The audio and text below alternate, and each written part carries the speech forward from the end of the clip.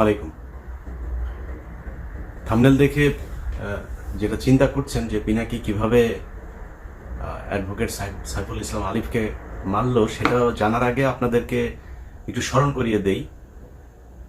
2019 সালে ফেব্রুয়ারি বা মার্চ, এই সময়টাতে আমার ঠিক স্মরণ নাই, আমি একটা করেছিলাম, একটা ইসকন নিয়ে একটা পর্ব করেছিলাম। সেই ইসকনের পর্বটাতে দেখানো হয়েছিল যে ইসকন যে একটা জঙ্গি সংগঠন এবং এরা একত্রিত হচ্ছে, সংঘবদ্ধ হচ্ছে এবং এদের মূল টার্গেট হচ্ছে একটা বিশাল গণহত্যা চালানো। এটার জন্য তাদের অর্থ, তাদের ট্রান্সপোর্টেশন সুবিধা, তাদের অস্ত্র, তাদের সব ধরনের সুযোগ সুবিধা, এবং তারা যেটা করছিল সরকারি অফিসগুলোতে বড় বড় পদে যারা আছে তাদেরকে তারা টাকা পয়সা দিয়ে, নারী দিয়ে এইভাবে হাতে নিচ্ছিল। যে কারণে বিভিন্ন জায়গায় যখনই কোথাও কোনো আপনার এমনকি হিন্দুদের সাথেও তাদের বিভিন্ন মন্দির দখল নিয়ে গ্যাঞ্জাম হয়েছে, সেই গ্যাঞ্জামগুলোতেও দেখা গেছে ইসকনের সংখ্যা কম, কিন্তু পুলিশ প্রশাসন সবসময় তাদের পক্ষে দাঁড়িয়েছে, যে কারণে তাদের সাথে পারা যায়নি।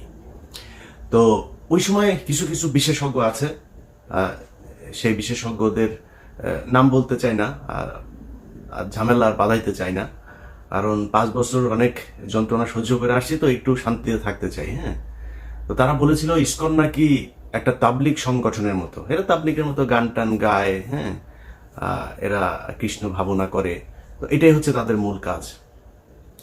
এখন দেখেন বাংলাদেশের সবচেয়ে বিষফোড়া হয়ে দাঁড়িয়েছে ইসকন। আমি ইসকনের এই হত্যাকাণ্ডে ডেইলি স্টারের একটা নিউজ গতকালকে করেছে, Chinmoy followers clash with cops in Chittagong, lawyer killed. এটা হচ্ছে ডেইলি স্টারের সংবাদ। আর প্রথম আলো নিউজ করেছে, সময় নিউজ করেছে, চট্টগ্রামে আইনজীবীকে হিন্দু ভেবে হত্যা করলো দুষ্কৃতিকারীরা। বুঝছেন তো, হিন্দু ভেবে কারা হত্যা করেছে? তার মানে মুসলমানরা হত্যা করেছে।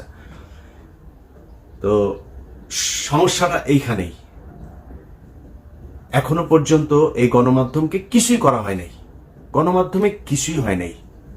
সময় টেলিভিশনের সাকি এখানে এখন পর্যন্ত তাদের হয়ে কাজ করে। কমল দে এখনো পর্যন্ত, এই যে নিউজের সাথেও সম্ভবত কমল দে জড়িত আছে, সে ওইখানে এই নিউজ করেছে, সময় টেলিভিশনে কালকে থেকে যাচ্ছে। এখন এটা বিচার করবে কে? আপনাদের গত 2 দিন ধরে দেখছি যে সবাই পিনাকির পেছনে লেগেছে, কারণ পিনাকি হচ্ছে ওই যে প্রথম আলোর সামনে গিয়ে গরু জবাই করেছে, এটার জন্য। পিনাকির অতীত, পিনাকি গণজাগরণ মঞ্চের সাথে ছিল, পিনাকি অনেক বাম করেছে, পিনাকি হুজুরদের বিরুদ্ধে অনেক কথা বলেছে, জামাতের বিরুদ্ধে অনেক কথা বলেছে। পিনাকির প্রতি আপনার ক্ষোভ থাকুক, সন্দেহ থাকুক, কোনো সমস্যা নেই, কিন্তু পিনাকি যেটা করেছে এই গেল 2-3 বছরে, পিনাকির যে অবদান এইটুকু আপনাকে স্বীকার করতে হবে। আর প্রথম আলোর সামনে যেটা করেছে, প্রথম আলোর সামনে ওই সময় ডাকা ঠিক ছিল কিনা, ওই সময় দাড়ি টুপিওয়ালা লোকজনের যাওয়া ঠিক ছিল কিনা, এত এত ডর ভয় দেখায় না, লাভ নাই। এই দেশে যেই সব এই কুকুরের ছানাগুলো সুশীল সাইজা তারপরে এইসব বলে না, এই কুকুরের ছানাগুলো এই জুলাই আগস্ট মাসে রাস্তায় নামে নাই। এরা আজকে এসে যে চেয়ারে বসছে না, এই চেয়ারে বসা লোকজন এরা এখন দেখাচ্ছে যে আইন, হ্যাঁ, পত্রিকার সামনে যা এই করা যাবে না। পত্রিকার সামনে এখানে নিউ ইয়র্ক টাইমস, তারপরে এখানে CNN, BBC সবকিছু সামনেই প্রোটেস্ট করে মানুষ। তো প্রোটেস্ট করা যাবে না কিছুর জন্য? ওইখানে যে প্রথম আলোর বিরুদ্ধে কিছু বলে, প্রথম আলোর কারোর ধরে টান দেয় নাই তো। প্রথম আলোর সামনে গিয়েছে, তারা গরু জবাই করে তারপরে মাংস খাবে, চলে। এই আন্দোলন এরকম হওয়া উচিত ছিল কি না ছিল সেটা নিয়ে আপনার অবজারভেশন থাকতে পারে, কিন্তু পিনাকি যেটা করেছে সেটা করার পরে সেই লোকগুলো গিয়েছে, তাদেরকে মারধর করা হয়েছে, মারধর করার পরে তারপরে নিয়ে আবার আটকে রাখা হয়েছে। প্রথম আলোর বিরুদ্ধে কি করা হয়েছে? ওই লোকগুলির অপরাধ কি ছিল? সেখানে গরু জবাই করতে গিয়েছে, এটা অপরাধ। কিন্তু এই প্রথম আলো এই গেল 15 বছরে অন্তত 1500 মানুষকে অন্তত তারা খুন করেছে। অন্তত এখন পর্যন্ত জেলখানে আপনার কি কোনো অনুমান আছে কত হাজার আলেম আটক আছে? যে কয়জন আলেম বের হয়েছে সেই কয়জন আলেমরা নিজেরাও এদের নামটাম বলে না, এদের ব্যাপারে আমার মনে হয় ওনাদের কোনো চিন্তা ভাবনা আছে কিনা সেটাও জানি না। আমি ইলিয়াস, আমার কথা আপনাদেরকে বলে রাখি, আমি ইলিয়াস অ্যাটর্নি জেনারেল পর্যন্ত যায় যদি একটা তদবির করি, ওনার কাছে যদি একটা উপকার চাই, উনি যদি আমাকে একটা উপকার করে, সেই উপকার দিয়ে অন্তত 20 কোটি টাকা আমি ইনকাম করতে পারি। আমি ইলিয়াস করি না, অ্যাটর্নি জেনারেলের কাছে যায় জিজ্ঞেস করেন।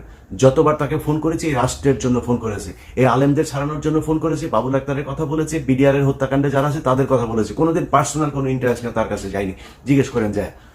তো উনি আইনের ভেতরে থেকে যতটুকু সম্ভব হয়েছে, কিন্তু আলেম যারা আছেন আপনারা তো তাদের সাথে জেল খেটে এসেছেন, দেখেন নাই তাদের কি অপরাধ? আসিফ নজরুল বলে যে এই ডিজিটাল নিরাপত্তা আইন, সে আমাকে ওই দিন ফোন করে বলছে যে আপনার এখন সমস্যা কি, আপনি চলে আসেন, আপনার শুনলাম পাসপোর্ট নিয়ে সমস্যা। আরে আসিফ নজরুল, আপনি আমার পাসপোর্ট নিয়ে উনি দেখবেন। আরে আসিফ নজরুল ভাই, আপনি আমার পাসপোর্ট নিয়ে দেখবেন, আপনি এসবি রে বলেন না, পাসপোর্ট অফিসে বলেন না, ওদের যদি বাপের ক্ষমতা থাকে আমার পাসপোর্ট আটকায় রাখতো, ওদের বললেন ক্ষমতা থাকে, উনি আমাকে এই হেল্প করতে চায়। আপনার কাছে এই হেল্প চাই না তো ভাই, আপনার কাছে জীবনে কোনোদিন কোনো পার্সোনাল ইন্টারেস্ট নিয়ে জীবনে ইলিয়াস যাবে না। কিন্তু আপনি এই যে আলেমরা এখন পর্যন্ত আটকে আছে, ডিজিটাল সিকিউরিটি অ্যাক্টে অনেক আলেম আটক আছে, আপনার সেখানে ভূমিকা কি, আপনার পদক্ষেপ কি, আসলে কি কিছু নেওয়া হচ্ছে? কিছুই নেওয়া হচ্ছে না। এখন বালের এক আইন দেখাচ্ছে ওইখানে প্রথম আলোর সামনে যাওয়া যাবে না, ডেইলি স্টারের সামনে যাওয়া যাবে না, কালবেলার সামনে যাওয়া যাবে না, হাজার হাজার পুলিশ আর্মি যায় সেখানে পড়ে। আরে বেটা, তুই যে চেয়ারে বসছিস ওই চেয়ারটাই তো জোর করে দখল করে শেখ হাসিনা কি তোর কি ওইখানে বসাইছে? তুই নির্বাচন করে আসছিস, তুই কোন সংবিধানের কোন ধারায় তুই এই চেয়ারে বসছিস? তুই এখন ঈদ আইন দেখাস। এই দেশ বিপ্লবের মধ্যে আছে, বিপ্লব করে আদায় করতে হবে। গতকালকে সাইফুল ইসলাম আলিফকে সেখানে খুন করা হলো, গোয়েন্দা সংস্থা কি বাল ফালাইছে সেই জায়গায়। এই যে 33 আপনার ডিভিশনের যেই জিওসি, এই যে এখন জাহাঙ্গীর আলম ডিজিএফ এর চিফ, তার এখন তার কাজ কি, সে কি করছে? আসামিরা বাংলাদেশের ভেতর এখন পর্যন্ত আছে, সে ধরছে না কেন? হত্যা মামলার আসামিরা ঘুরে বেড়ায়, তাদেরকে ধরা হয় না। কাজ কি আর্মির, সেনাবাহিনীর, গোয়েন্দা সংস্থার কাজটা কি? সাইফুল ইসলাম যে বের হলে ওকে মারবে জানে না? সামনেই তো ওরা ত্রিশুল নিয়ে দাঁড়ায় ছিল, এই খবর সেনাবাহিনীর কাছে ছিল না, মানলেন না কেন? পিনাকি যায় সেটা মারাইছে, তাহলে পিনাকির যেহেতু দোষ, তো পিনাকি এখানে প্রথম আলোর সামনে বিশাল ঘটনা ঘটলো, ওইটাও পিনাকি দোষ করছে, এই জন্য এটা ঘটছে। যারা এই 2 দিন সুশীল বাক্য ছাড়লেন তারা এটা ঠেকাইতে পারেন নাই কেন? যেই দিনের ঘটনা, যেদিন ঘটনা এই পিনাকির ওই ঘটনার পরে 5 জনকে ধরে নিয়ে গেল তেজগাঁও থানায়, সারা রাত তাদের বলা হলো সকালে ছেড়ে দিবে, সকালে বলছে যে তাদেরকে করে দিবে। আমি ওখানে 3.5 ঘন্টা লাইনে ছিলাম, আমি বলেছিলাম যে তাদেরকে যতক্ষণ না ছাড়াবো এটার জন্য যত খারাপ পরিস্থিতি তৈরি করার প্রয়োজন হয় সেটা করা হবে। তাহলে যদি নাকি না ছাড়তো তাহলে সেটা হইতো, তো ছাড়তে দেরি করলেন কেন? 3.5 ঘন্টা কেন আমার বসায় রাখলেন? 3.5 ঘন্টা পরে যায়, তারপরে ডিসি এসে সেটাকে সেই 5 জনকে ছাড়লেন, তার আগে তো ছাড়তে পারতেন। এবং আপনারা চিন্তা করেন যে দেশের অবস্থা এই হয়ে যাবে, সেই হয়ে যাবে, তৃতীয় পক্ষ এখানে সুবিধা নেবে, তো তৃতীয় পক্ষ সুবিধা নিবে ওই দিনই তো 3টা কলেজের মধ্যে মারামারি, সে কলেজের ওগুলি গোয়েন্দা সংস্থা ঠেকাইতে পারে নাই কেন? সেগুলো ঠেকানো উচিত ছিল না?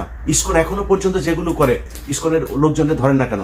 এই যখন আমি ভিডিও বানাচ্ছি বাংলাদেশ সময় গভীর রাত, এই সময় পর্যন্ত শুনলাম যে তারা বিভিন্ন পাহাড় টাহাড় বিভিন্ন জায়গায় ইসকনের লোকজন জড়ো হয়ে তারা সমাবেশ করছে, তারা কিভাবে মুসলমানদের উপরে হামলা করা যাবে এইসব নিয়ে ঐক্যবদ্ধ হচ্ছে। তো এটা তো গোয়েন্দা সংস্থার কাজ, কিছু করছেন কি আপনারা?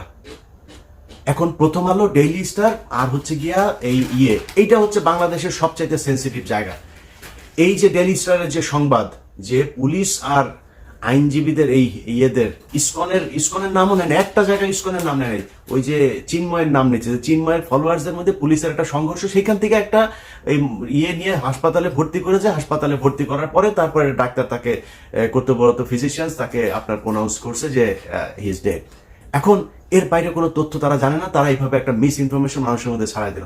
এটা তাদের সূক্ষ্মভাবে এইভাবে গত 15 বছর করেছে, এখনো করবে, সামনেও করবে, এদেরকে সুযোগ দেয়া যাবে না। যে যত বালের আইন মাইন যত বালচাল শিখান, কোনো সমস্যা নেই।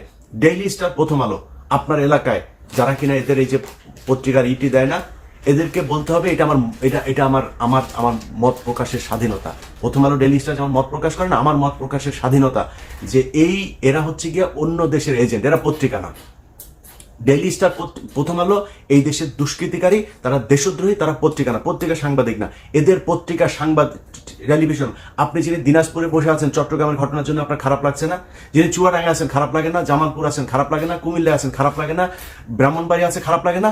আপনি ওইটার জবাব নিতে চান, ওইটার প্রতিশোধ নিতে চান, আপনার এলাকায় বসে আপনি প্রতিশোধ নেবেন। প্রথম আলো, ডেইলি স্টার, কালবেলা, এরা কোনো পত্রিকা না, এরা এই দেশের দুষ্কৃতিকারী। বিপ্লব চলছে, বিপ্লবের মাধ্যমে সেটাকে মোকাবেলা করতে হবে। আইনগতভাবে যদি মোকাবেলা করতো তাহলে সরকার এতদিনে করতো, কোনো কিছুই করে নাই। এবং প্রথম আলো, ডেইলি স্টার, তার লোকজন সব ইউনুস সরকারের পিছনে আশপাশে বসায় রাখছে। ডক্টর মোহাম্মদ ইউনুস তো কাউকে চেনেও না ঠিক মতো, তো উনি মনে করছেন ভালো মানুষ, উনি মনে করছেন ও এই দক্ষ মানুষ, পড়াশোনা করেছে, ভালো বোধহয় ইয়ে করবে। কিন্তু এই যে পড়াশোনার পাশাপাশি যে সে যে প্রথম আলোতে কোচিং করেছে, এই দিল্লিতে গিয়ে কোচিং করেছে, সেটা তার ডক্টর মোহাম্মদ ইউনুস জানে না। তো তাদেরকে নিয়ে বসায় রেখেছে, তারা তাদের মতো করে কাজ করছে। অতএব আইনগতভাবে প্রথম আলো, ডেইলি স্টার এদের বিরুদ্ধে এরা কিছু করবে না। আমি একটা ডকুমেন্টারি তৈরি করলাম, সব দেখাইলাম সেখানে, তারপরে ওইটার পক্ষে কোনো ব্যবস্থা তো নাই। ও বা ওনারা উপরের লেভেলে সবাই বসে বসে প্রথম আলোর পক্ষে করে আপনার ফেসবুকে পোস্ট করে, মানে আমার নিয়েও কিছু বলে না, ডকুমেন্ট নিয়েও কিছু বলে না, প্রথম আলোর পক্ষে পোস্ট করে। এই যেটার জন্য এই যে গেল কয়দিন ধরে আপনার এই যে এই 2 দিন আগেও ধরেন এই যে স্বামীর সাথে যেটা হইলো আমার, সে এখানে পোস্ট করেছে আরেক, মানে ওরা ইসকন নিয়ে এর আগেই করেছে। এই গ্রুপ, এই যে শাহেদ আলম, তসলিম এই যে গ্রুপটা আছে না, এরা ইসকনের পক্ষে এসে তারপরে দিল। তসলিম তোর না ইসকন না বলছিলি যে তুই এরা নাকি খুব করে আপনার তোর ওই যে মানে খুব নিরীহ টাইপের ধর্ম পালন করে, তুই বিশাল আকারে এক বিশ্লেষণ করছিলি। আমি বলছিলাম যে ওরা সরকারি কর্মচারীদেরকে টাকা দেওয়া কিনছে এবং এইভাবে বিভিন্ন জায়গায় লোকজন বাড়াচ্ছে। সেটা ঘটলো আজকে ঘটেছে। অতএব তুই সেদিন ঠিক ছিল না, আমি ঠিক ছিলাম। এইভাবে আপনার বিভিন্ন সময় এই তথ্য সন্ত্রাসের মাধ্যমে এইসব সাংবাদিক পরিচয় দিয়ে, সংবাদপত্র পরিচয় দিয়ে, এইসব পরিচয় দিয়ে এটা চলতেই থাকবে। অথবা আপনাদের কাছে অনুরোধ, আপনার এলাকায় যে এই প্রথম আলো, ডেইলি স্টার, দিল্লির যে আছে, এদেরকে যারা নিয়ে যাবে তাদেরকে আপনাদের মত প্রকাশের স্বাধীনতা প্রকাশ করতে হবে তাদের সামনে গিয়া। এই সাইকেলে করে, মোটর সাইকেলে করে আপনার বাড়িতে গিয়ে পত্রিকা দিয়ে আসে না, যারা কিনা ওইখানে এজেন্ট আছে না, তাদের কাছে যে আপনাদের মত প্রকাশের স্বাধীনতা প্রকাশ করতে হবে, যা বলার সেটা বুঝা নিয়ে। অতএব এখন এই সাইফুল ইসলাম আলিফের যে হত্যাকাণ্ড, এই হত্যাকাণ্ড নিয়ে আসলে মানে প্রথম আলো, ডেইলি স্টার সহ এই যে এই পত্রিকায় সুশীল মার্কা যারা বসে আছে না, এখানে ভাই সবই ভাই বেশিরভাগই ওদের লোকজন। সো আপনারা এখন হয়তো একটা পরিস্থিতির কারণে একটু চুপ হয়ে আছে, তারপরে সবল দিচ্ছে, মাঝে মধ্যে ফোঁস করে উঠছে এই ডেইলি স্টার। এটা হচ্ছে তার আর একটা প্রমাণ। তো আমরা কিছু বলার নাই, এই দেশে মুসলমানরা এখন সংখ্যালঘু। আমরা মানে এমন একটা অবস্থায় আছি, আসলে মানে এই দেশে আমাদের থাকাটা খুব কষ্টকর হয়ে যাবে, খুব ঝুঁকিপূর্ণ একটা জায়গার মধ্যে আছে।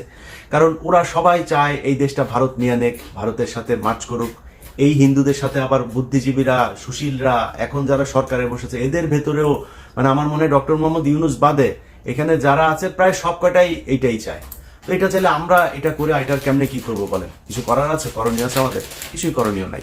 তো যার যা করার, যে যেভাবে চিন্তা করেন, সংঘবদ্ধ থাকেন। ছাত্রদল, ছাত্র শিবির, আপনাদেরকে বলবো ভাই, আপনারা সবাই তো বিক্রি হয়ে যান নাই, আপনাদেরকে বলবো যে আপনারা এই বিষয়গুলো নিয়ে সিরিয়াসলি চিন্তা করেন ভাই। এখন ক্ষমতায় আসা, তারপরে হচ্ছে গিয়ে চাঁদাবাজি করা, ধান্দাবাজি করা, নিজের চিন্তা করা, ভাই দেশটার আগে বাঁচাইতে হবে।